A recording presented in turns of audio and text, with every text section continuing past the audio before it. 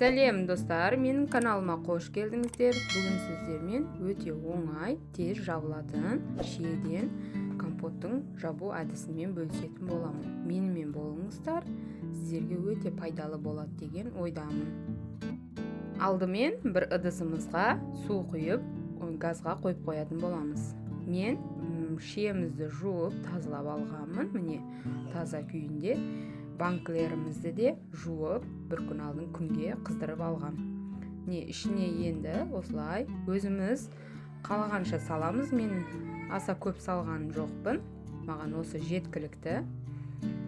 Сіздер де осындай салсаңыздар жетеді. Мен 9 килограмм шиені 10 банкіге жетті, 3 литрлік.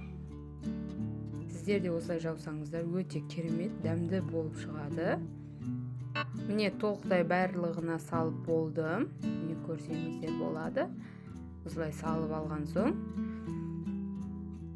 ендігі кезекте қантымыз салып шығамыз. Мен осы пияламен бір пияла салып шықтым. Бір пияла дегеніміз 10-11 қасық болады екен.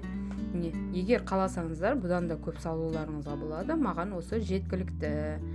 Осы әдіспен барлығына салып шықтым. Енді крышкаларын суымыз қайнағанша бетін жауып қоятын боламыз. Міне менде суым қайнап шықты.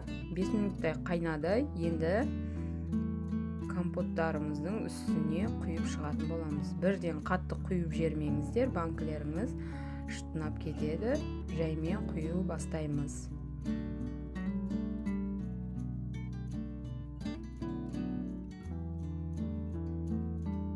Міне осылай толығымен толдырып құйып, крышкасын жауып қоямыз. Міне мен барлық банкіге осылай құйып шықтым.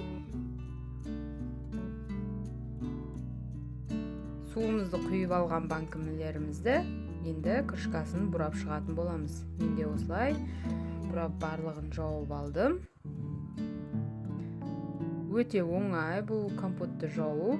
Қайта суын қайнатып, ондай керегі жоқ. Менде осылай. Осы әдіспен неше жылдан бері қолданып келемін. Қысы бойы тұра береді, ештен кетпейді. Осылай домалатып жеретін боламыз.